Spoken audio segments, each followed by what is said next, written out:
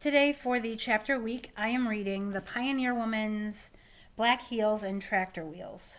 It's not a new book, but it's kind of a fun one, I thought. So, I'm just going to read the introduction because I feel like it kind of gives a good overview. So if you're interested in reading her nonfiction book as opposed to a cookbook, by Ree Drummond, the pioneer woman, her name is Ree Drummond. Here's the introduction. One day, a few years ago, I began jotting down the story of how I met and married my husband. I got as far as the middle of the first chapter, then abruptly stopped writing, stuck it in a drawer, and went on to other things. Sometime later, after waking up with an uncharacteristic case of writer's block, I pulled the roughly written story out of the drawer. A regular blogger, I was brain dead that day, and while I was certain a few people would find my love story interesting, I wanted to give the readers of my site something new. I said a couple of Hail Marys, hoped they wouldn't hate it, and posted it on my website. To my surprise, readers responded and asked for another chapter. I wrote it that same night. A second chapter led to a third and then a fourth.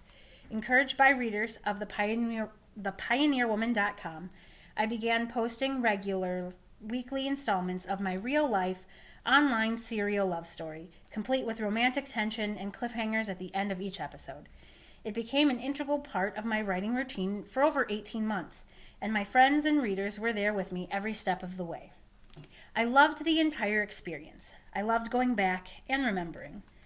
By the end of that time frame, I'd written over 40 installments and had only gotten as far as our wedding day. I decided to end the online version that point, then immediately began writing the next part of the story, which continues through our first year of marriage. This book is the complete combined story, both the rip-roaring romance novel-style saga that I posted on my website, with some new material, which begins the night I met my husband and ends when we leave for our honeymoon, and a new section which documents the early days of our life as a married couple. I hope you love the story. I hope it makes you smile.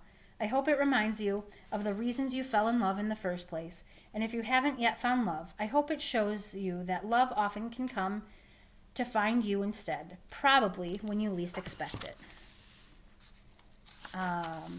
So that's the introduction of Ree Drummond's Black Heels and Tractor Wheels. It's a very fun, easy read. There are some of her more popular recipes in the back, like chili pot roast and her famous cinnamon rolls, if you were interested. And I better go answer that. So thank you.